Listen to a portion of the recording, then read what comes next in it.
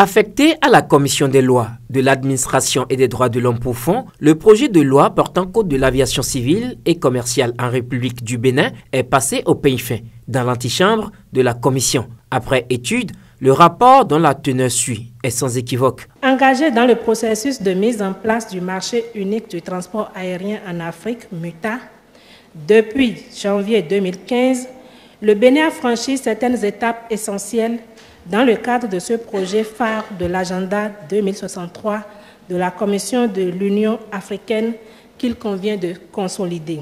Envoyé par le gouvernement au Parlement pour l'harmonisation avec les exigences de l'Organisation de l'aviation civile internationale, le projet de loi en examen a suscité des réactions dans le rang des parlementaires. Je voudrais aussi demander au gouvernement de ne pas rester en si bon chemin, de permettre,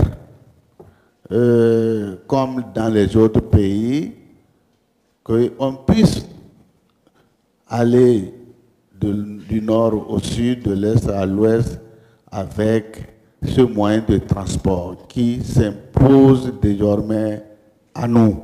Il sera bien d'impliquer davantage la société civile dans le processus d'élaboration de la loi. Prévoir les moyens financiers nécessaires à la mise en œuvre du projet. Je pense que les moyens sont vraiment nécessaires.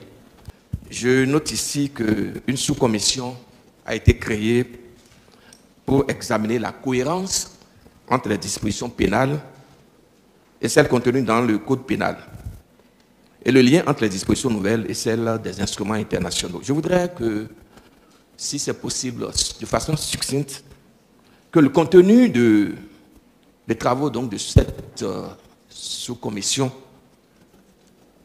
nous soit donné. En ce qui concerne la mise en place d'une sous-commission, lors de l'étude du dossier et la desserte de tout le pays en ce qui concerne le transport aérien, le président de la commission des lois répond. L'objectif et les attributions de la sous-commission étaient très clairs. C'est éclairer la commission pour la célérité de ses travaux. Donc, si ce n'était pas fait, il y avait des risques peut-être qu'on vienne ici avec des dissonances entre le test que nous sommes en train de soumettre à votre appréciation en plénière et le contenu même du code pénal tel qu'il est.